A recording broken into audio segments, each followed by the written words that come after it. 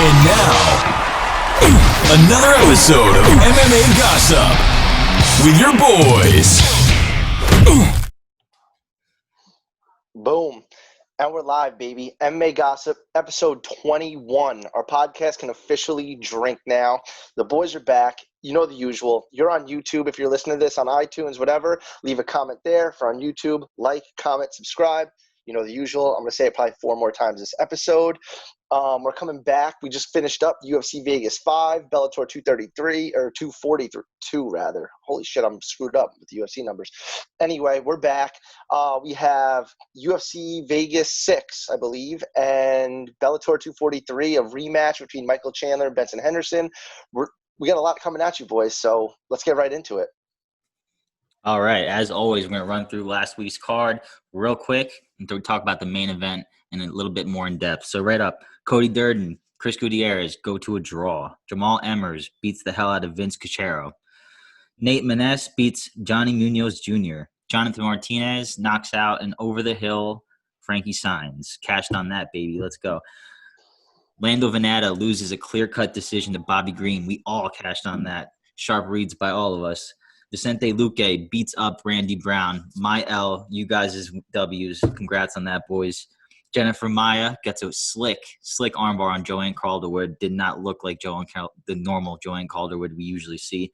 And main event, Derek Brunson, TKOs, Edmund Shabazian. Matt, I'll hand this to you because you were the sharpest one on this. Go ahead, buddy.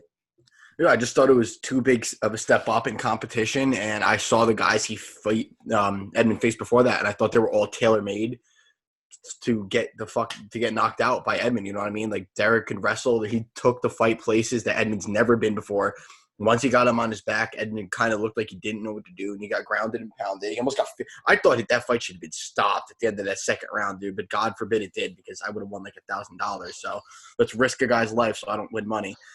I thought he was out. I mean, I don't know about you guys, but I mean, I know, of course, our buddy Kale was fucking overreacting, saying Edmund's a bust and shit, but he's not. He's a legitimate kid. He's going to be back. He should 100% switch camps and not have anything to do with Ronda or in a fucking, what's his name, Chris? Edmund? Is his name Edmund too? Yeah. Edmund Taverdian. Yeah, get out of there immediately. But no, he'll be back. He's literally a kid. I think he could just strength too. But props to Brunson, man. I think that's 4 in a row for him now. Switching camps has seemed to really fucking pay off.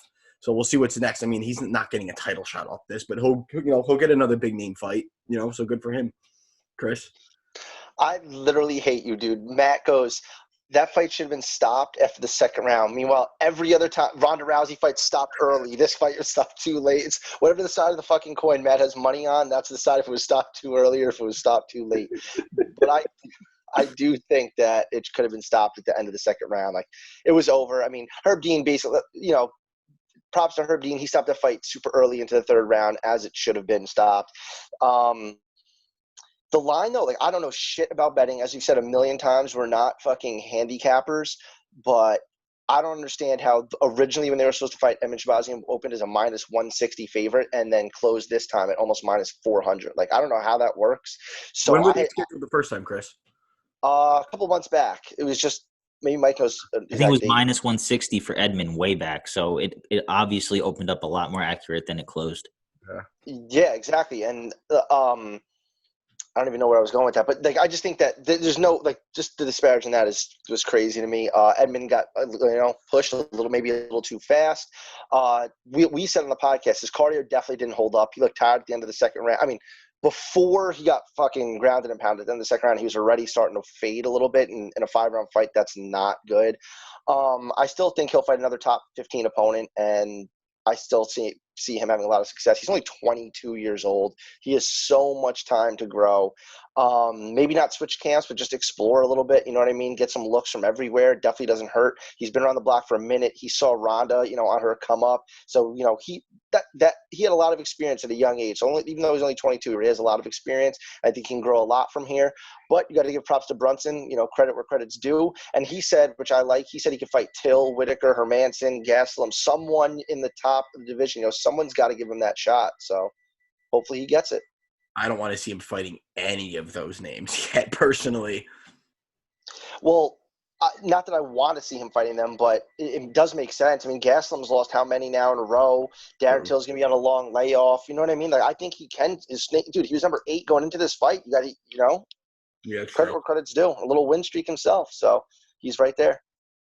Yeah, I think we all agreed that the line was on last week's show. We all agreed that the line was just outrageous and there was no value in Edmonds. So, but Matt was the sharp one pulling the trigger on Brunson. So well done there. But Chris, you want to get right into Bellator?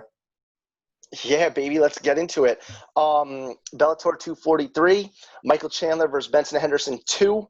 On the prelims, there's AJ Agazarm just for a little name value. Valerie Loretta is fighting on the prelims just for a little added name value in there. And then I'll just run through the main card real quick. It's Saba Homasi versus Curtis Millender, 2 names I'm sure you recognize, 2 UFC guys, Bellator guys, the whole 9. I think they're really trying to push Millender. He's a minus 300 favorite, which I think is kind of crazy. So I'll let Matt touch on this one a little bit because I think there's value in Homasi. It's a 175-pound catch weight too, which is something of note. But I think that Millender should win the fight. He's going to be the bigger guy, flashier guy. But I think there's definitely value on Homasi, 3-1 odds. How about you, Matt? Oh, yeah, I'm definitely going to take Homasi in this one. I mean, dude, you're getting a guy that has, I think he has 13 wins, over 70% of them by knockout, and against the guy like Curtis, in my opinion, I mean, didn't he headline a UFC card? I mean, it was a weak card, but didn't he headline one? Yeah, he did. Talk about a fall from grace, man. They tried to push him, it didn't work, and honestly, he just might not be that great, I don't know. I think 3-1. It's his second fight in Bellator. I couldn't tell you who he fought in his first fight, and before that, he's coming off 2 losses, and before that, he really didn't fight fucking anybody. He's fighting Max Griffin and Thiago Alves, and Homasi can bang, dude. He can really fucking crack. So you're getting plus 300 on a guy that's going to go in there and throw hands. Why not? I don't think that Millender is nearly as reliable as that line indicates. So yeah, I would bet him, and then I have a couple other bets on this fight, on this card I'm sure that Chris will agree on, but we'll kick it back to him. Yeah, next up, lightweight feature fight, they're calling it. Miles Jury, who Bellator loves. I think he's tailor-made for Bellator. In the UFC, he was getting really, really pushed, and then he ran into Cowboy Cerrone at the wrong fucking time, shut his ass down, and then he kind of had a little, fall from grace, got injured, now in Bellator, and he's doing good things. I think he already won a couple fights in Bellator, looking pretty good. And he's taking on Georgi Karaki, and I always pronounce his name wrong. He's an ex-UFC guy, trained with TJ Dillashaw in the garage. I think Miles Jury is about a 2-1, maybe 2.5-1 favorite, and I think rightfully so. I have Miles Jury in a parlay here, looking for the push. And Miles is still young. He's still really good. And Matt, what's your take on this one? I'm definitely on the Miles Jury train, though, in Bellator. So Bellator really didn't do it Miles Jury any favors. His first fight in Bellator was Benson Henderson. No, and then in my opinion, before that, he's fighting Andre Fili. That's here to here. So, I mean, he lost that fight 3-round decision, and then he beat up on Brandon Gertz, whatever.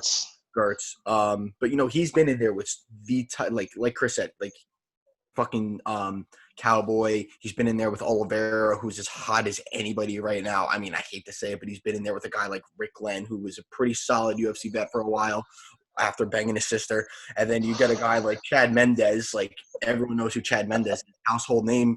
He got knocked the fuck out by him. But, they know what they're doing with him. They're trying to push him. He had bad luck in the UFC with injuries. So, we'll see. But I do like that too. I like that that line there. I know 2-1's a little big, but, we'll see what happens. They're trying to push him, and I don't think they would give him a fight that they don't think he could win.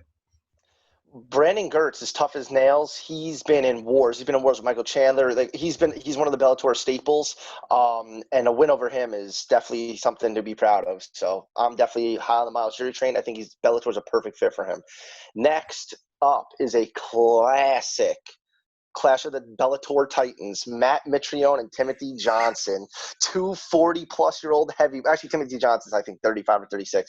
But Mitrione, their average years is 40 years old on planet Earth.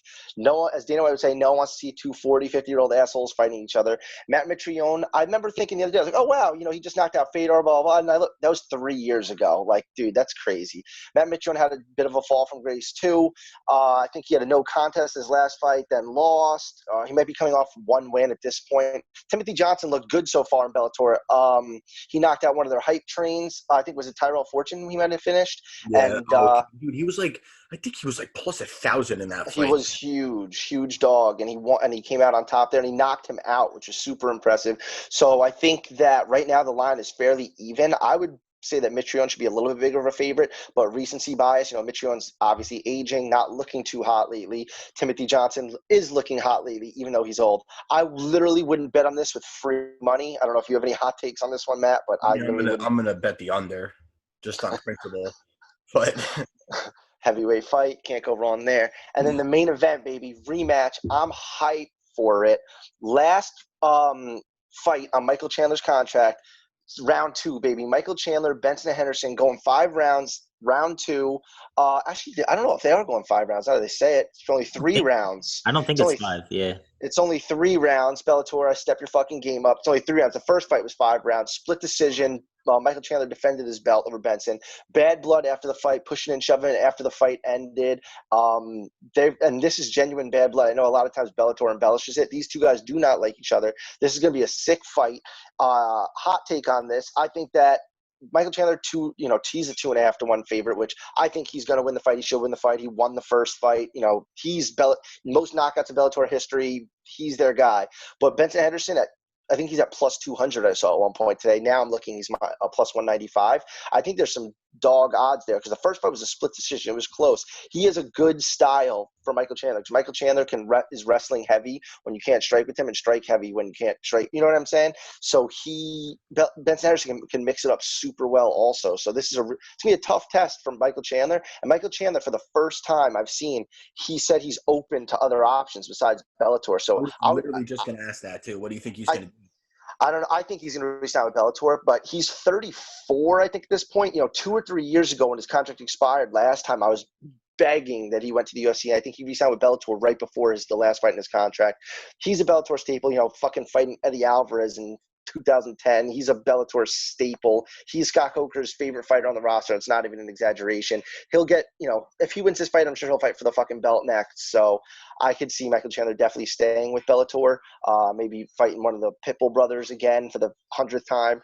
But I think he stays with Bellator, but I would love to see him in the UFC. And I think this is the last hope because, like I said, 34 years old. It's a young man's game. So I don't want to see him go to the UFC and get beat up by a couple top 5 guys and be like, oh, see, he was never nothing. It's like, dude, he was fucking something, but now he's in his mid-30s. But anyway, I do think Chandler's going to win, but there is definitely some dog odds at 2 to 1 for Bendo. All right, awesome. Real quick, though, I have a note. I think Benson just had a kid, if I'm not mistaken, just had a newborn child. And from what I see on Instagram, obviously Instagram isn't real life, but Chandler's been training his ass off for months now, even before the quarantine. So I know he's coming in ready. I know he's coming in with a chip on his shoulder because it was a split decision. I really do think he takes this. And Benson is even older. I'm pretty sure he's like 38, 39 years old. So I'm picking Chandler to win. I do agree that there's value in Benson. He's a legend. But I think Chandler takes this for sure. Oh, yeah. All right, boys, ready to break down UFC Apex 6 in Vegas. Let's get it. All right. So loaded UFC card. All right. Got a hot streak of loaded cards. Yeah, well, quarantine, what can you do? But again, disclaimer. Let's just hope that nobody passes out backstage this time like fucking Trevin Giles. Oh, my God. And JoJo Calderwood. I meant to say that before, dude. So she did not look like herself in the cage at all. She passed out. I don't know what the fuck was going on backstage with her and Trevin Giles. Like, I don't know what the deal is. I hope they're both okay. But that's kind of crazy. Like, Trevin Giles before the fight, anxiety is a real fucking thing. I get it. It happens. I understand. Like, granted, get in the fucking cage. Who am I to say, I'm a pussy, but I'm just saying. But Calderwood after the fight, that's more sketchy to me. But, so hopefully they're both okay. Yeah. I mean, and now Jennifer Maia is getting a title shot that literally nobody wants to see. Yeah. Shevchenko's to be minus 2,000, bro. Probably more. Better full line. So disclaimer, there are a lot of low-level fights on the prelim card. So we are going to touch upon everyone. We will make our picks, but obviously stay tuned for Saturday when we make our official picks on our Instagram, MMA Gossip. Those are the picks that we're confident in. Those are the picks that we're probably placing a bet on. And those are the ones that we have done the most amount of research for sure. So first up, Erwin Rivera going up against Ali Al-Kaizi. Kaizi is plus 160. Rivera is a minus 190. Matt. Wow, we're off to a hot start here, huh? So Rivera, from what I've gathered, again, guys, some of these fights are really fucking hard to do research on. So right off the bat, Rivera, from what I've seen, he likes to just stand and bang. For a guy at his weight class, he hits really fucking hard. And the only thing that really impressed me about him, as I went back and watched a couple of his Titan championship fights, power does not wane as the fight goes on. And I don't think that against Jagazi in his last fight, because he stepped in on short notice, that he got to display his full repertoire, and he just wasn't. I don't think he was all there. And I also think that was up a weight class. It wasn't at his normal weight class, so everything was stacked against him from the beginning. Ali, I know, is on short notice, and from what I've seen, he kind of likes to grapple more than stand and trade. He's got a nasty guillotine, but I'm going to go Rivera here. I think it's actually a sleeper lock on this card, honestly. I think the step up in competition for the other guy, Ali, whatever, yeah, we're going to go with Rivera. Chris, what do you think? Yeah, I learned my lesson about making locks with these UFC newcomers and stuff. Anything can happen. These odds are tight. But what's kind of crazy, Mike, so I have my notes in front of me. So you read off the odds. You said Rivera, you have at minus 190. My sheet says when I looked, this is yesterday afternoon, he was minus 170, and Ali was plus 165. So I'm not sure what you're reading at. Like I'm saying, the lines are changing. It's live odds here. But anyway, what I'm gathering, Rivera, like Matt said, coming out of Titan FC, to Al-Kazi coming out of Brave on a 5-fight win streak. Both of those promotions are very notable promotions. They're both feeders to the UFC. A lot of top-level UFC fighters come out from Titan FC, and a lot of UFC caliber guys come out of Brave. Like I said, Al-Kazi on a 5-fight win streak, coming in on short notice. And to touch on what Matt said as well, Erwin Rivera, I think it was Bisbing who was saying, like, yes, he lost to Kachikazi on short notice in a different weight class, and they were all the commentators were touting him and saying, like, this is a guy we'd love to see in the UFC with a full camp, with more. Not saying he had maybe a full camp, because it's still this whole quarantine bullshit is going on. But I'm going to ride with Rivera on this one based on what I've seen from him, being that it's more than I've seen on Al-Kazi, and that they were touting him pretty highly. He lost a decision to Chikadze, so nothing to hang your head on. Yeah, especially it was a kickboxing bout. There's no shame in losing to Chikadze in a kickboxing bout. And I'm pretty sure, Matt, I think we agreed on this. When we saw Erwin versus Chikadze, we're like, damn, this kid is for real. I can't wait to see what happens. He's got a full training camp, and he's in his right weight class. Now he's there. He got the training. He's in the right weight class, going up against this guy that literally has no eyebrows, and he's bald. He just shaves all his body hair. I don't know what's going on there, but Jesus Christ. I don't know what's going on there, but I don't know. Maybe it makes him more aerodynamic in the cage. I don't know. It looks ridiculous, but I'm going to go with Rivera here. I know he's a sprawl and brawl guy. Akaizi might bring the takedown threat here and there, but obviously this is a stay away fight. Okay, so you're placing money. You're playing with fire here. So up next, Yusuf Zalal sitting at a sizable favorite, right around minus 400, going up against Peter Barrett, sitting around plus 320. Matt.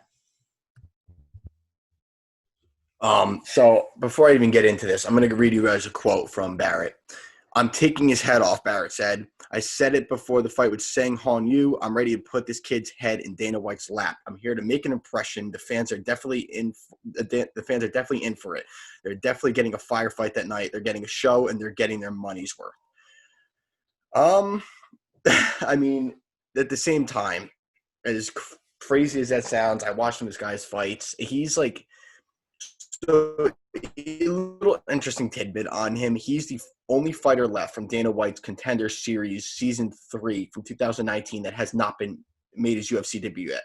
He's 33 years old, so it's not like he's a young buck by any means. So I'm really tempted to take plus odds here. The only thing is, Zalal to me looks really fucking good. I liked how he faced adversity against Jordan Griffin. 100% dropped that first round, and then obviously it was a dog to Austin Lingo, won that fight, looked awesome. and I think that him fighting more often is allowing him to mature very quickly. His striking's already ridiculously fluid to begin with. He mixes in kicks very well. But it's hard to go against a mentality like Barrett's. So tentatively right now, I'm going to go with Zalal, but there is a chance that I go with also Zalal is on short notice, but there is a chance I do go Barrett here. Yeah, Chris, what are you thinking? So I always say this all the time. No one that's 23 years old in the UFC should be a minus 450 favorite on the prelims. Like, that's crazy. Like, Zalal wasn't he like plus 400 to Austin Lingo? Wasn't he he was like plus 400. Now he's minus 400 within the same calendar year. Like, that's insane to me. I don't know how that works. But with that being said, Zalal looks fucking great. Like, he looks really good. I think he's 3-0 in the UFC. They're clearly trying to promote him here. Barrett is, he plays up that tough guy role. He's got the tattoos, the flipped up hat, the fucking missing tooth. He plays that tough guy role. He is exciting. He talks a big game. And I think that they're trying to, and coming off the Contender Series and being exciting and getting a lot of those eyes, I think they're trying to pass it off to Zalal here. I do think that Zalal wins, but Barrett, at this odds, like, I almost am like, why would you not throw $10 on Barrett in a parlay with a big favorite here? You know what I'm saying? I don't know shit about betting, but that's my thought process here. If you got $10 to burn, throw it on Barrett. But I do think Zalal's clearly going to win the fight. I think he's better all around. And for podcast picks, I'm definitely going to go with Zalal. Yeah, Zalal has been impressive because he's so young and he's able to keep his composure against a guy like Jordan Griffin, who's is a tough test for anybody. And that really spoke volume to me. We were all on him in that fight, and but the thing here is, you're right, Chris. 23 years old, minus 450. That's absurd.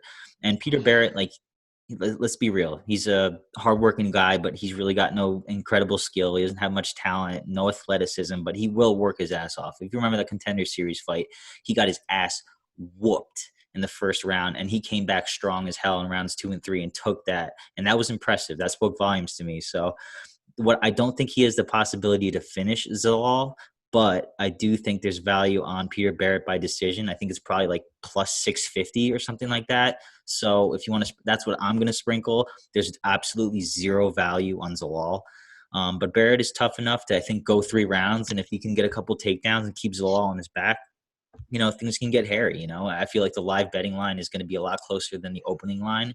So, we'll see. But if I had to make a pick, obviously I'm going with Zalal. But if I'm going to place a bet, I'm going to put it on the value side of Peter Barrett. I love that, Mike. That was the call of calls, dude. I might have to do that. My free roulette money. Dude, having these 2 extra days to prepare for this podcast, yeah, dude, does a lot of work. Oh yeah, guys. I promise we're not off schedule here. We figured doing the fights closer to the actual card made a lot more sense. So tune in on Thursdays now, not Tuesdays. Actually, we're lying. This is potentially that's the new plan, but we're doing this as a test run because our YouTube videos get more views on Thursday. So we'll see. We'll see. Maybe we'll go to Wednesday. Who the fuck knows? Who the fuck knows? I don't know shit. Maybe we'll do fight companions only. Maybe we'll just kiss on live on podcast just for views. Just do whatever it takes. This way. You're above me, dude. You're kissing the wall. All right. Here we go. Up next, Justin James. Everybody remembers him beating the shit out of Camacho not too long ago. Matt definitely remembers. Going up against Gavin Tucker, and the line has dropped a lot. Justin James was a lot bigger of a underdog before, and right now he's probably sitting around plus 115 to Gavin Tucker's minus 150-ish. Matt. So, yeah, Justin James beat the brakes off of arguably one of the worst fighters on the roster, knocked him out in 41 seconds. The smaller guy, nonetheless, Camacho missed weight the whole 9, and he came out throwing bombs and just got him out of there. This is a really tough fight to call, in my opinion. We haven't seen Gavin Tucker in a hot minute. He last fought in 2019 against who was it? One of the I don't remember who it was. I'm like looking. Seung Wee Choi. Yeah.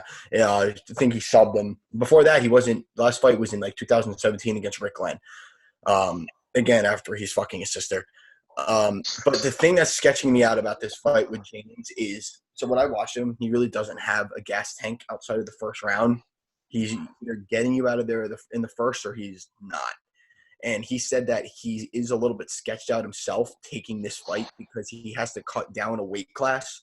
And and obviously it's not even 2 months removed from his last fight. And he said he was literally drinking beers and eating pizza. And he got a call and they're like, yo, you want to fight? And he said, obviously, like, I'm fucking game. But he admitted this weight cut is going to be brutal for him. So on that alone, and props to him for admitting it before the fight and not coming out with it after, whatever. So yeah, I'm on Tucker here. I think he's going to try to wrestle a bit, tire him out. And he's just going to wear on him, man. Like, I've seen James gas before. And, he probably has the advantage on the feet. He's explosive as shit in the first round. But as long as Gavin gets – and Gavin is definitely hittable. As long as Gavin gets out of that first round, I think he should be just fine. Chris? Yes, that was one thing I wanted to touch on with the weight cut for James. I don't know. Like, I want to see how he looks. I think this is one fight where my pick might definitely change.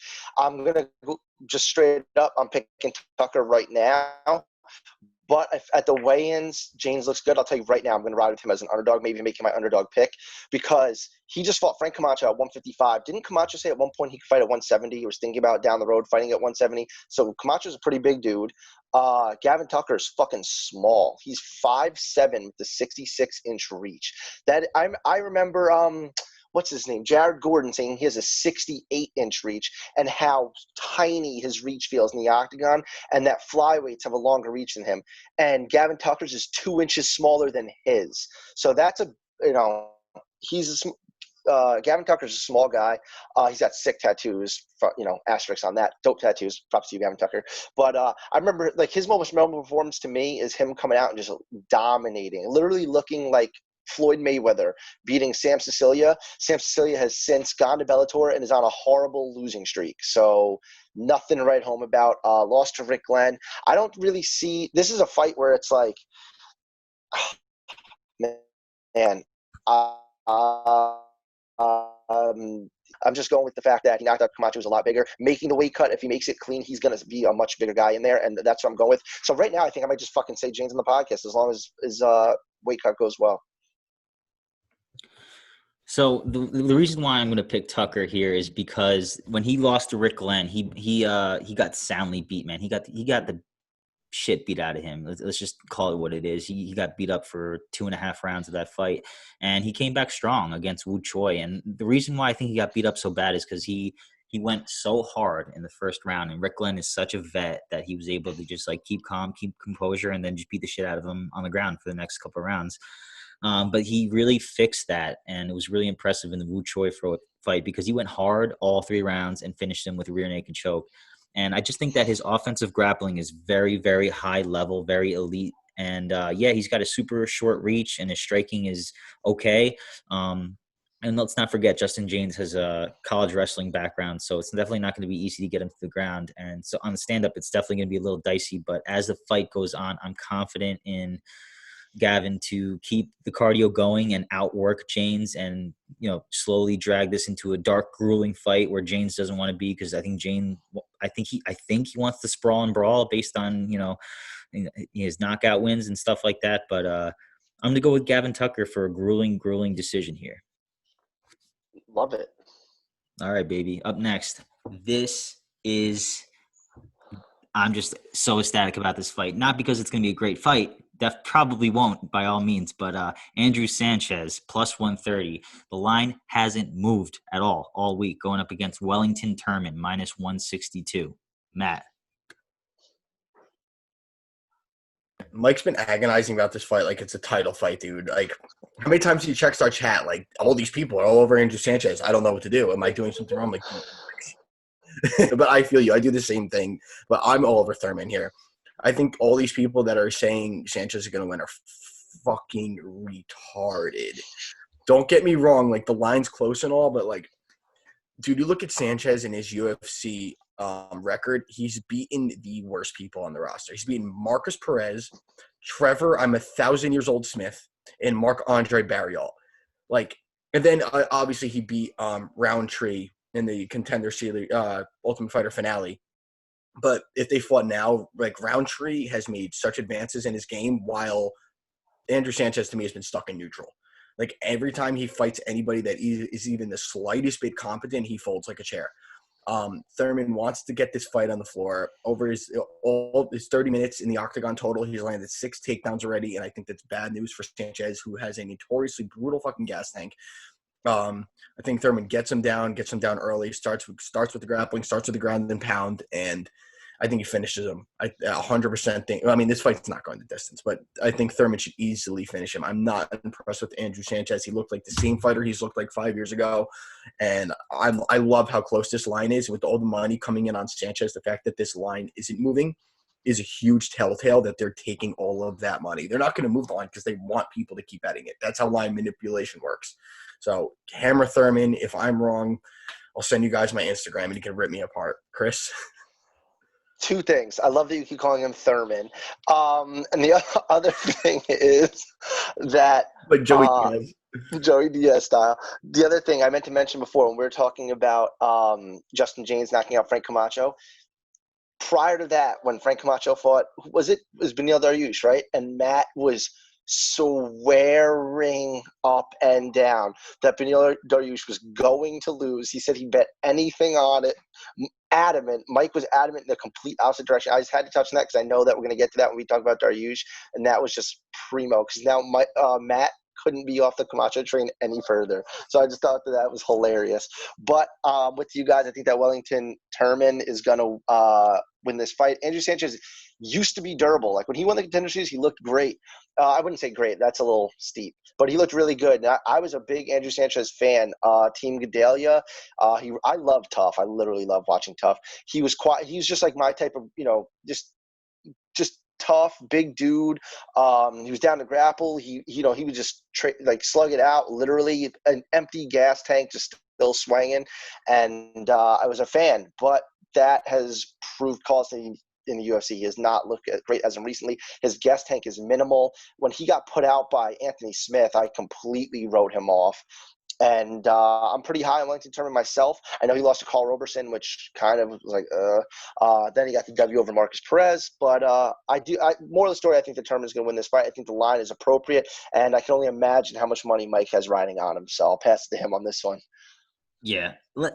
I mean, Sanchez, Matt, you nailed it on the head, man. He has not improved at all in 5 years. And, yeah, he's got the NCAA All-American behind him, but when he grapples, whether it's offensive grappling, which it usually is, he's 100% takedown defense, perfect. But he's only been shot against like 5 times. And when he does his offensive grappling, he gets exhausted. He has not addressed his cardio issues at all during his entire mixed martial arts tenure. That's a problem because Wellington Turman is going to push the pace. In the Carl Roberson fight, it was his debut. He was a pretty sizable underdog. He was 22 years old at the time, and he did well. A lot of people thought that he won that fight. And he follows it up with a dominant win over Marcus Perez does exactly what he was supposed to do and beat him up. And he turned it on in the 3rd round, which I put a lot of stock in because in the 3rd round, Andrew Sanchez looks like shit. Andrew Sanchez looks really good in 1st round. In the 2nd round, he looks like a mid-tier fighter, and in the 3rd round, he looks like a prelim Bellator fighter. That's just how he operates. It's how it's always been. And when he lost to Anthony Smith, that's when Anthony Smith still looked like shit, man. Like he looked like Anthony Smith was throwing punches in slow motion, and he still caught Andrew Sanchez in the ridiculous knockout. And Sanchez was stiff on the ground. So I think Turman, he's got a wealth of experience. He's younger. He's 24 to Andrew Sanchez is 32, but he's got more experience, more fight time. He's just better. Like there's no way. There's not even value on Andrew Sanchez at plus 130, man. Chris, were you going to say something? Yeah, I just thought it was hilarious when Matt said that Anthony Smith was going to beat John Jones. Brutal. I'm going to say it every fight until it happens. But Anthony Smith was not the one. Like, hey, Dominic Reyes, you want to say it? Because he's kind of like, he knocked out Weidman. Okay, look at Anthony Smith. I was just like, dude, you're not the one. No. It was like when people thought Tim Elliott was going to beat Mighty Mouse. It's like, no, he's fucking not. This is another one of those fights, man. Andrew Sanchez, we're going to find, and I agree. I think Turman gets it done in round 3 because obviously Sanchez is shot in round 3, and that's plus 1,800, and that's what I'm sprinkling on top of money line, on top of finish, on top. Wellington Turman is my lock this week. I'll tell you right now. So yeah, that's my rant. I've been thinking about it all week. I can't wait for the fight to happen, and if Turman loses, I'm going to retire from MMA Gossip. Let's get it. All right. More. It's about time. All right, next we got Nasrat Hapcrast sitting at a sizable favorite, minus 275 or something like that, going up against Alex Munoz, undefeated, 6-0, plus 215. Matt? So, I mean, me and Mike were talking about this fight before the podcast. Chris, you brought it up during the week. I kind of like Munoz in this fight, man. Every time I feel like I see Nasrat grapple, he looks panicky. Like he looks like he doesn't use any technique. He just tries to get up and get back to his feet. There's no technique behind it. There's no timing. It's all just brute strength, get up. And against a guy like Munoz, I don't think that's going to work. And I referenced the Marcin Held fight, which is one of his only 2 losses in the UFC. And that was the game plan he had. I mean, Held's a chain wrestler. He had 20 takedown attempts, but in the way Held wrestles, that's not him shooting 20 times. It's him reshooting and him going for trips against the cage. Like, they're not full-blown takedown attempts. So for him going 6 out of 20, he had 88 ground strikes, and that gave him the advantage of overall strikes. So it adds up, and Nasrat can't stand at range, and he's an amazing striker. He's very good, very fluid, but if he can't get that going, it could be. I think that Munoz has a route to win this fight, and I think that's the route. Get him up against the cage, keep dumping him on his butt, work in some ground and pound, and do not allow this technical striker to pick you apart. So with the plus money, I mean, also Munoz has like 8 fights or whatever. So the sample size isn't the greatest. I mean, he beat Nick Newell, but, I'm not going to make fun of that guy, even though I really want to.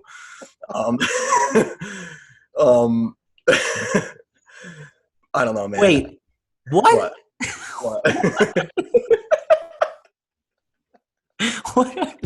What could you possibly have to make fun of him? Nothing. He's got a bad haircut. Yeah, it's a horrible haircut. But the plus money, I would love to. I mean, I met him.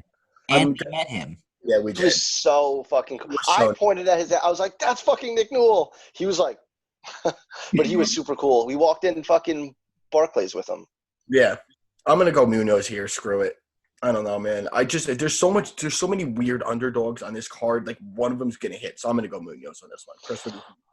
right off the bat, I like Nasrat in this one. I really like Munoz. Like we said, we've been talking about this all week, and at plus 200, I think he's worth a little bit of a sprinkle somewhere. Like Matt said, underdogs win pretty often in MMA, so maybe this is your shot. This is your sprinkle. I'm not a fucking handicapper. Nasrat's 24 years old. He's 3-2 in the UFC. Granted, that Dober loss, that was a bad fucking loss. The other one was Marcin Held, right? That was his other UFC loss. So those are just 2 losses. Yeah. Marcin Held, that's not something to hang your head about. He's 24 fucking years old. He's got a lot of time to grow. The UFC is clearly trying to promote him. He's got 11 wins. 9 of them are by knockout. He's a finisher. That's what Dana White loves, that they love to promote. Munoz is 30 years old and only has 6 pro fights, including the Contender Series against Nick Newell, which was an awesome win. But in that, they were totally trying to promote Newell, and Newell kind of gassed out. I think Newell just didn't show up to work that day. I think that if they rematch, I really truly believe in my heart that Newell wins that fight if they rematch. But hey, that's just not that they're rematching. I'm just saying. After that fight, Dana didn't even give Munoz a contract. Munoz fought somewhere elsewhere and now got his contract. So props to him. I do think that Nasrat at minus 240 is a little steep, being that Munoz has such a strong grappling background. So I do think that Munoz is, again, this is one of those where I'm picking Nasrat, but I do think Munoz is worth the sprinkle here. Yeah, I was talking to Matt before about this. Like, I think Munoz by decision is fairly decent line to take. I don't think he finishes Nasrat. He doesn't have the striking to do so. But, let's be honest here. If Munoz is training at Team Alpha Male and he's going up against an elite striker like Nasrat Hapcrast, we all know he's going for the takedown, and he's going to go for the takedown the entire fight. And I'm speaking devil's advocate to myself because right after the Nick Newell fight, he fought on the regional scene, and the whole fight was a stand-up affair. So who the fuck am I? I don't know shit, but if I'm Uri Faber and I'm coaching Alex Munoz, I'm going to be like, hey, man, you have to go for the takedown. Your stand-up is not even in the same ballpark as Nasrat Hapcrast. So if he gets the takedowns, I don't think he's going to finish them. Little sprinkle by decision I think is fair, but I'm going to pick Nasrat to win this sprawl and brawl and win the decision here. Yeah. Kevin Holland Kevin, fight every week, Holland. Kevin, quarantine, call me, I'll fight Holland. Going up against guy who fought in LFA last week, Joaquin Buckley. I think Kevin Holland's about minus 360, and Buckley's It's got him over 400 right now on the it's site you use, possible. bro. Yeah, bro. Yeah, so the line is obviously very high for Holland. Go ahead, Matt. I mean, same thing we said about Holland last week, guys, man. This guy is, and we're not just saying this because we want him on the podcast. He's legit. He's good everywhere. He's long as fuck. And there it goes again. That's the fifth time you said that. I mean, am I wrong though? Dude, I think his reach is over 80 inches. I don't know. I've never seen it. Yeah. Yeah, but I'm definitely going Holland. His here. purple sword. His purple sword. The line is what it is for a reason. This Buckley guy, like he looks like a Greek god. Like he's huge, but like I don't know. I really don't know much about him. I really don't. He fought last week. I've never seen him fight before, but I've seen plenty of Kevin Holland. I'll probably put this in the last piece of a parlay for a little more juice. Won't be much, but yeah, guys, not much on this one. I would go Holland. Yeah, I saw a lot of people on Twitter pretty high on Buckley. For whatever reason, he's fought in Bellator, he's fought in LFA, he's on a two-fight win streak. He lost to Logan Storley, who Chrissy Bellator over here. He's a Division I NCAA All-American wrestler. He went to Minnesota. It's like holy shit, like everyone there. It's like. I don't even know. They just produce champions out of Minnesota. So program. The wrestling program's off the charts. Is insane. It's insane. So nothing to hang your head on there. They're trying to promote him, and he lost. But I'm obviously gonna go with Holland. This line is another line. Like I don't know shit about lines. I'm not a handicapper for the 1,000th time. I'm gonna say it every podcast. Kevin Holland, like Mike said, fight anyone, anywhere, anytime, any place, any country, any fucking anything, has fought in, I wrote this down, King of the Cage, Bellator, LFA, UFC, the Contender Series, the whole nine. He's 5-2 in the UFC, counting his Contender Series fight. His last fight he won in less than 40 seconds. He's hot right now. The UFC wants to keep him hot, keep him fighting, keep him going, and I'm totally going to pick him on this. And I think I love Holland. Hopefully get his ass on the fucking podcast, and I'm going to ride with him. But Buckley apparently is someone that you should not be sleeping on because a lot of people on Twitter are pretty high on him, people that know a lot more than me. So we shall see. I do think it's going to be a stand-up affair because Buckley is a stand-up guy, but Kevin Holland obviously is no slouch on the ground. So I'm eager to see what he does. Sometimes his fight IQ is a little questionable. Sometimes he does things that are like, why are you doing that? You're winning in a totally different area. Why would you take it here? But I am going to pick Holland. He's obviously the guy who's been training. He's supposed to fight last week. Yeah, I mean, like, obviously this is a stay-away fight because who knows, Joaquin Buckley can be the real deal and, starch Holland, but I don't see that happening. So I'm going to pick Holland, and, hopefully we get him on the podcast next week. Got a little black-on-black crime in this fight. A little bit. We got – next up, we got – sorry, Mike. Buckley is short, like, dude. Oh, dude, huge. He's huge. He's huge. Huge. So just had to – the black-on-black crime got me, and I just had to give him props for that one. All right, we got Tim Dirty Bird Means slight underdog plus 115 going up against Laureano Staropoli minus 143. Matt, dude, this fight is so fucking brutal to bet on, man. Because all right, so Means is definitely better. I don't think that's a question. He's got very, very, very legitimate Muay Thai. It's very good. But he's old as shit, and he gets cracked. After that Daniel Rodriguez fight, Micah, you remember I told you not to bet Means that fight. I cannot confidently pick him as somebody as wild as Staropoli. So I'm definitely going Staropoli here. Means is going to do his thing, man. He's straight in Muay Thai. He's going to throw a lot of kicks. He's going to get you in the clinch. He's going to throw slashing elbows, but his chin isn't there anymore, man. He got smashed by Daniel Rodriguez. He got smashed by Nico Price. And then aside from that, I mean, he beat Thiago Alves, sick, rite of passage at this point. You know what I mean? So I'm going with Staropoli here. Probably an early knockout. I mean, as long as Staropoli doesn't come out and throw tornado kicks like it's a jab, which is what he seems to do for some reason, and comes in here with some striking base, he should be just fine. Chris? Yeah, I think that Means at 36, Derapoli at 27. They're again, I say this a lot on the podcast, but it's true. It's just like one of those guys. Like they're trying to give him a seasoned veteran, where Tim Means is he's crafty. Just when you fight in the UFC X amount of times, you're going to learn things. You're going to pick up on little things. You know how things work. And they want Staropoli. Like a lot of times, you'll hear Nate Diaz and people say like, "Oh, if you beat this guy, you take what he has." You know what I mean? So they want Staropoli to come out here, do his crazy shit, learn on the fly. Go 1 or 2 rounds with Tim Means, knock him out, and gain that knowledge, gain that octagon time. He's 2-1 in the UFC. They both beat Thiago Alves, to just double up on what Matt said. Thiago Alves, I said. Did I say that? I think I said Thiago Alves. But anyway, so yeah, he's another fighter now on our podcast. I think it's Thiago Alves, Ed Herman, and who else we always shit on this podcast? Ben Saunders. Ben Saunders, yeah, and Ben Saunders. But anyway, I think Staropoli's going to win this fight. And I do think that the under is totally viable. Nico Price knocked out Tim Means so bad his ankle broke, for God's sakes. Yeah, but to be fair, Means was beating the shit out of Nico Price up until that knockout. He was. Who doesn't beat the shit out of Nico Price? Hold on. Sorry, I just got to for a second. Oh, okay. I got nervous.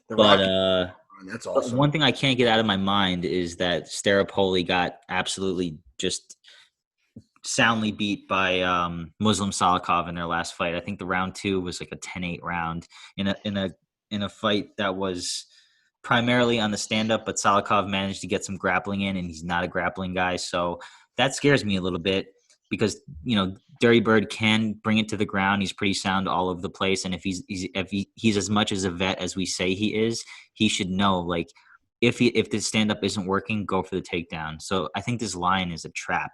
It's very close. I could see a scenario in which both guys win. I could see Staropoli starching Tim Means, and I could see a scenario where Tim Means takes him down and wins a stupid decision. So this is a stay away fight for me completely. If I had to pick, I think that Tim Means at this point is shot. Like the way that Daniel Rodriguez beat the hell out of him and then choked him out. Like that was just like, bro, like really bad look. So I'll pick Staropoli, but with a huge asterisk, a stay away fight. I also think it'd be dope for Staropoli to win, and this is really random, but one day fans are going to be back in the stands again, hopefully. And he's just one of those fighters. He's Argentinian. There's not many Argentinians on the roster. So I like seeing guys win from random countries like that because it keeps that country – because I'm sure there's people behind him from there, so it keeps them engaged and gives them something to watch. Like, you see all the times, like, there's countries that are behind these random-ass fucking fighters, and we're like, why? But it's the only thing that they got. You know what I mean? And he's one of very few. So I would be – keep Argentina in the game. Get this guy. Ponzinibbio is another one, right? Yeah, and Pons. Those are the only 2 I could think of off the top of my head. Oh, and your boy Guido Canetti. I thought he was Italian. What was I going to say? The other thing that I didn't touch on, which is the other reason why I'm riding Staropoli on this one, that's the main event of the prelims. Well, not the main event. That's like that finishes off the prelim. So maybe they're trying to just give Staropoli that little bit of that rub. Who knows? He's entertaining, man. Yeah. That's what I'm saying. And so is Means. Means is entertaining. So is Means, yeah. Right. So, we'll see. All right, up next, solid fight here. We got Beneil Dariush, a slight favorite. I think the line should have been a little. Not should have been. I just suspected it'd be a little bit better than this. Minus 162 for Dariush to plus 130 for Scott Holtzman. Matt. This fight is tough, man. This is a tough fight. I mean, I'm never on the right side of Dariush's fights. Like, literally never. You don't say. It's just one of those guys, like, you can't get a read on him because one fight he comes out and he gets his jaw smashed. And then the next fight he comes out and he's smashing somebody else's jaw. And it's just like, is his chin wearing? But, like, he's very fucking talented. And honestly, he's not old. Like, I feel like he's been around so goddamn long, but he's hot right now, man. He just knocked out Close. He beat Frank Camacho, big fucking whoop. Beat Drew, one of the very few guys to beat Drew Dober, who's white hot right now. So I think I'm going to go with Dariush here, man. I think he's just got more ways to win. His stand-up has gotten a lot better, and Mike has always told me that, and I always disagreed, but I'll admit I was wrong. He's been very good lately. His Muay Thai, means is fucking legit. He works in his kicks great, and he's one of the few guys that can transition Muay Thai. Another home run, let's go. He's one of the very few guys that can transition from Muay Thai to Jiu-Jitsu. Like, it's not as seamless as you would think. Like, it's not like a boxer stance shooting takedowns. Like, you're a little bit more light on your feet. It's completely different things. So, and he makes it work very well. And his jits is like top of the fucking food chain good.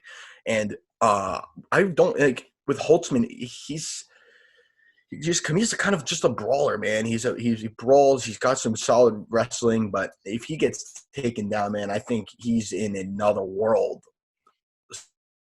So I just scare off Dariush. So I'm definitely going to go Dariush here, but I think it's going to be a pretty close fight. Chris. Sorry, Jesus Christ. Good looks, bro. No, it's all good. Was going to say. So yeah, I think Holtzman's older here, which is not that surprising. Holtzman's been around, but Dariush has been around. Dariush is just coming into his own, man. He's hot as fuck. I think he's on a 4-fight win streak. Put close to sleep. That was like KO of the year contender. That was big time.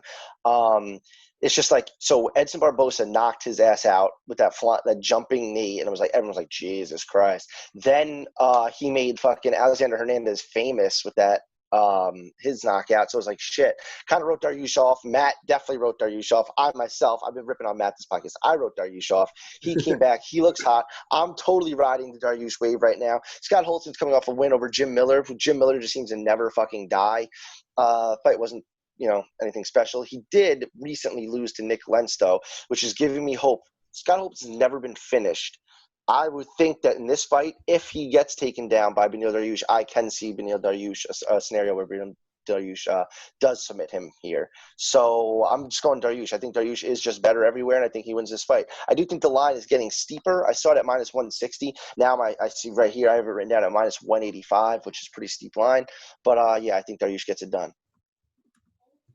It always seems like Dariush is right. He keeps climbing and then hits something and falls back down, and then does the same thing and climbs up and falls back down. And I don't know. I think Holtzman is physically stronger than Beneil Dariush. I don't think there's any question there. I think that he'll be able to stuff the takedowns. I think their cardio is pretty even. They both get tired in certain fights. They both get tired. I think it's a very close fight. Dariush, I agree, is way better on the ground. On the feet, I think Holtzman is very sound.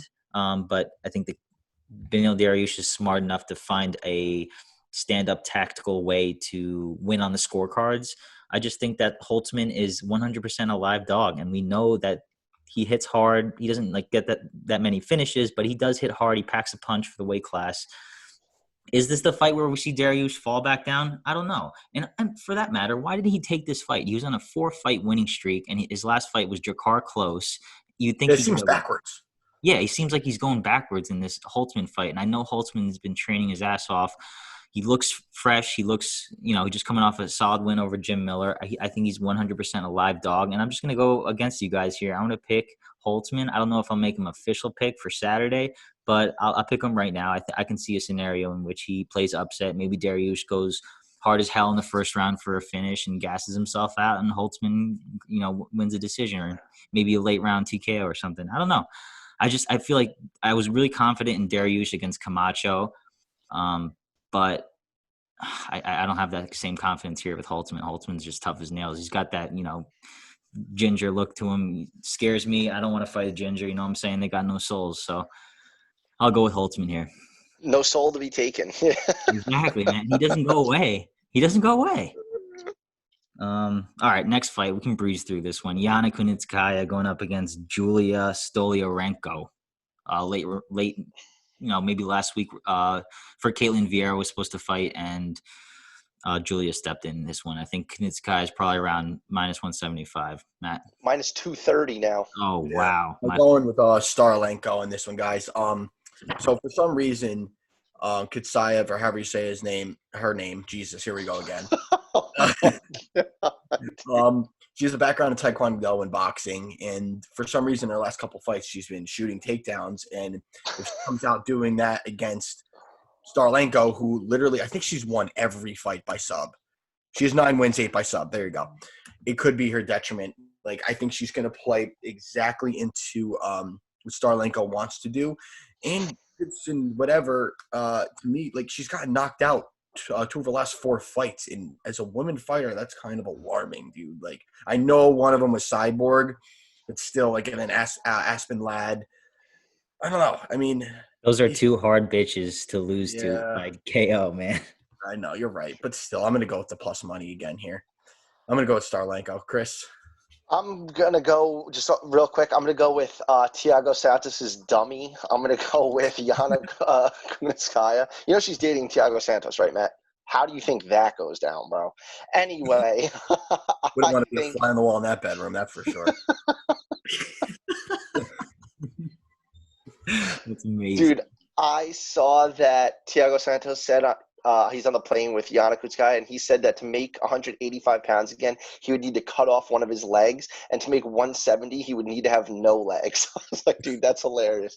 But anyway, she's 6-4 in her last 10 fights. She was the Invicta champ. She beat Tanya Evinger, and then they had that whole controversial Tanya didn't tap, was the armbar bullshit, whatever. They ran it back, and Tanya Evinger beat her. And I was like, Jesus fucking Christ. Comes into UFC, wins. She won the belt back. Tanya Evinger vacated it, fought Cyborg, got the shit beat out of her. And they were like, all right, Yana Kunitskaya won the vacant Invicta belt. She's the champion there. Come fight Cyborg. Got the shit beat out of her. Bad. Won a couple fights. I think she beat Marion Renault. Super, dude. Great. And then she looked like shit in that 3rd round. I know, dude. I know. And then Aspen Ladd beat her ass up too. So to be honest with you, I don't know too much about this Julia Stolienko, but like Matt said, I think she's a live dog. I would not be confident in Kunitskaya other than she has fought significantly better competition. Maybe dog money's worth here. I'm going to go Kunitskaya. She's ranked 8th at bantamweight. This is a bantamweight fight, which I think favors her more. I don't think she's built for 145, but yeah, I mean, and Stolienko's fought nobody. Literally nobody's. So I'm going with Kunitskaya straight off experience factor. I'm going to go with Matt here. I'm going to go with Julia here. I just don't think – I mean, that line scares me. And, obviously I'm making picks as opposed to lines. But I think she has a real decent chance to pull an upset against a woman that's very – up and down, looks like shit in the 3rd round against Marion Renault. Marion Renault is like 1,000 years old. So there's just like so many factors that go into the fact that she is 100% has a decent chance to drop the ball. Let's just put it that way. So I'll pick the underdog in this fight, but I don't think I'm going to make either one of them my official pick. That's for sure. Okay, this next fight's actually pretty exciting. I got Darren the Dentist Stewart sitting at a -175 going against Maki Pitolo and +140. Matt. Pitolo, man. I'm all over Pitolo in this one. Darren Stewart, I mean, these guys, this fight's going to be fun. As long as Darren Stewart doesn't fall into his usual where he kind of gets tentative, doesn't really throw that much, sits on the counter a little bit. But Pitolo's going to be coming for your head, man. He's going to, and he's going to become the whole fight. It's going to be a brawl. I just think that Pitolo's a little bit more technical, and he will mix in takedowns a little bit. And if the fight somehow does go to decision, I think that could be the difference in the fight. Darren Stewart has actually looked a little bit better lately. I'm actually pulling up his record really quick because I'm curious to see. There was a fight that he had recently that surprised me, and I was like, actually, I could be completely wrong. I mean, I know he wasn't supposed to beat Bevan Lewis, and he won that fight. And then the split decision over Deron Win. I don't know, man. Wow, I didn't realize he went to Cage Warriors. Fuck me. No, he went to Cage Warriors. It was right when the quarantine started, and that UFC got canceled. I guess he had a deal with Dana White, and both fighters agreed to have a fight in Cage Warriors. It was stupid. He was the favorite in that fight. I bet on the underdog, and the underdog ended up winning that fight because anytime Darren Stewart is a favorite, you fade. Yeah, I'm all over Pitolo in this one, guys. I think get good plus money. I got him about like +175 right now, so there you go. Chris? I think that every time we talk about Maki Pitolo on this podcast, I have to bring up the fact that he fucking lost to Callum Potter, and I want to fucking kill myself. Other than that, he's got a nice win over my boy, fucking Charles Byrd. This is a fight where I'm not very confident in either one of them. I mean, I'm also picking Mac Patolo here. I think this is a fight that's tailor-made for him. They're going to keep it standing, and he can win the fight there. Darren the Dentist Stewart, and I think I need to change his name. He's got, I think, let me see. He has 11 wins, 7 are by knockout. He's never been knocked out. I don't see him getting knocked out here. I totally see Mac Patolo winning this fight by decision. I'm going to say that I think it's a great stylistic matchup for him, and that's how I see it going. Those Hawaiian boys are tough. Yeah, that's for sure. And listen, Darren Stewart's boring. He's gasses occasionally from fight to fight. He can't pull the trigger sometimes. He's content with being against the cage and losing the fight based on, aggression and shit like that. I'm just like, dude, are you trying to win? Sometimes I look at him, I'm like, are you trying to win this fight, man? Like you're just so content with being on your back or being against the cage, out grappled, not trying to get back to the feet. I'm just like, I don't know what if he's fighting for a paycheck. I don't know.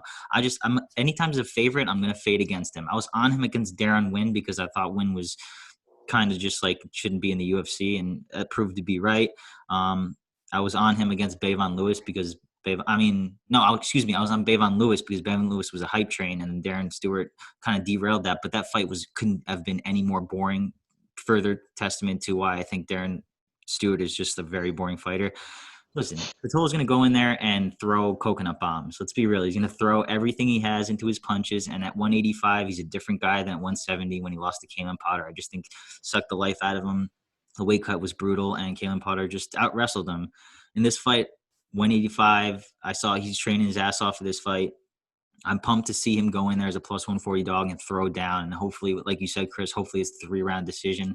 I want to see them throw bonds because if Darren Stewart, he has like glimpses, 15-second glimpses of greatness where he looks really awesome on the feet. And then he'll go back to being like a shelled up, boring, afraid to throw. So I think Mac Patolo wins this clearly, handily. And I'm excited because I was on Patolo against Byrd, and Byrd is shot, So in Darren Stewart, his best wins are Darren Wynn, Bevon Lewis, Charles Byrd, and Eric Spicely. There's nothing special out of any of those wins. And he had a split decision, a loss to Edmund Shabazian, but I don't know. I mean, Edmund's 20 years old, bro. What do you want? So Figure out Darren Stewart. What? Nothing. I'm talking to myself. Go ahead. All right, next fight, co-main event. Here we go. We got Chris Weidman, slight favorite, I think minus 130, going against Amari Akhmedov, plus 105. Matt. This hurts. I'm giving Omar the Will Brooks lock of approval. There is no way on God's green earth, in my opinion, that he loses this fight. As much as I love Weidman, I just don't see it, man. Like, if you look at Weidman since 2015, and if you guys are listening to this podcast, you already know. 2-time All-American wrestler. He's wrestling second to none. But I just think he needs to fucking retire. Since 2015, knockout lost to Rockhold. Knockout lost to Romero. Knockout lost to Musasi. Beat Kelvin Gastelum, but got popped in that fight. I had like $500 on that fight. And, of course, fucking Gastelum folds like a chair after he should have finished it. Gets knocked out by Jacare, knocked out by Dominic Reyes. He's 36, definitely not getting younger. Omari hasn't lost since 2016, man. I mean, granted, he's beating like nobody. So he beat Zach Cumming and Tim Bosch, for fuck's sake. And like Kyle, I don't even know who these other guys are. Kyle Noak, whatever. But he has a background in Sambo. He can wrestle. He's good everywhere. It's not even that I think he's good. I just think that Weidman is fucking shot. Like, I'm tired of seeing him face down bloody on the canvas. I really am. Just call it quits. Go coach. Look where you train out of. Get involved and be a coach there, man. You don't have to do this anymore. You really don't. And say hypothetically you win this fight. Where do you go from here? You're going to get your lights put out again at some point. I just don't like seeing it. I really don't. Like when he got knocked out by Romero, that was so long ago. He was winning that fight, and Romero fucking threw a flying knee from hell. And I've never seen blood come out of a human like that outside of like if you lose either that or donate his brain to science. Chris, go ahead. So my notes for this fight, I just drew a heart next to Chris Weidman because I know every statistic there is to know about him just because I love him so much. I fanboy out for him. I'm never, ever, ever, ever going to pick against him, even though I totally should. I like the fact he's a favorite going into this fight. Maybe Vegas does something, but there's literally no way, even if he was fighting fucking John Jones right now, I'd probably pick John Jones, obviously, but I don't know. I'm just such a Weidman fan. I cannot not. I'm picking as a fan. Don't fucking bet on Chris Weidman because I'm telling you, I'm not betting on him only because my heart's going to be beating fast enough. I don't need to have a fucking heart attack on the co-main event of this fucking fight night. You know what I mean? More of the story, I'm going to run through this real quick. He beat so TRT Vitor, so during his title reign, Weidman beat Anderson again, beat Lyoto Machida in a striking matchup, beat Vitor Belfort. He was getting hurt standing, took him down, beat him up. Luke Rockhold was a striking affair for a lot of the fight. He lost because he threw a fucking spin kick like an asshole. Yoel Romero, he was up 2-0, got beat in the third round. Gegard Mousasi, Weidman dominated the first round. I remember being pumped. We were there live in Buffalo, dominated the first round. Kevin Gastelum, yes, he got dropped. He ended up finishing that fight by arm triangle. Jacare, stand-up battle, looking good, got dropped. Dominic Reyes went up 205, got fucked up. So he's in these striking fights. And you guys know when grapplers fight grapplers that a lot of times that's being a striking affair. Do I trust Weidman's chin? No. But I think he's good enough takedowns where I think he could even take Akhmedov down, keep him there a little bit, work his ground and pound in. And he's fought the best of the best, Weidman, where Omari's fought not the best of the best. So I'm picking Weidman totally as a fan. I obviously want him to win, and I hope he fucking wins. But like Matt said, if he does win, Akhmedov is ranked 11th right now, so that means Weidman's got to fight someone in the top 10. I almost don't want to see it at this point, him being 36. He's such a good fucking dude. His name on the poster just bringing in name value, so I'm just going to stop ranting. I'm picking Chris Weidman as just a genuine. I think I might change my pick. You guys hear me, by the way? Subscribe to our YouTube channel. Mike, you're back, I think. Yeah, what happened? You got cut out. I don't know. You got cut out. Well, let's just keep it flying. And hopefully, guys, we can't edit this. We're all fucking retards. We don't know how to edit shit. But hopefully we can splurge those two together. If not, we'll just slam them together like a mishmash and keep the fucking train rolling, baby. Let's go. Fuck it. Hey, it says it's still recording, so let's just hope for the best here. All right. So yeah. Honestly, I think the UFC finally is throwing Chris Weidman a bone here. I know he always wants top level competition because he was at the top for so long, but man, you got to take a step down, man. You know, 5 out of your last 6 fights has just been so brutal. You need to take a step down in competition. You're fighting the decisionator over here in Amari Akhmedov, and I do think that if their grappling cancels out, I do think Weidman has the edge on the feet. But obviously, I think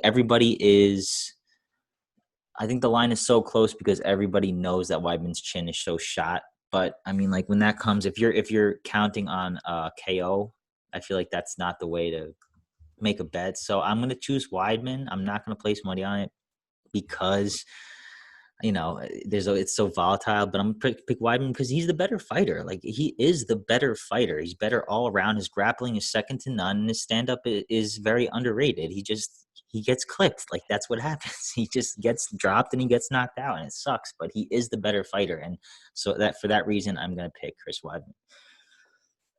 All right, main event, boys. Let's get through this before my computer crashes. We've got Derrick Lewis, pretty sizable favorite. I think he opened up much, much, much bigger than this. I think he's probably sitting around probably minus 200 even.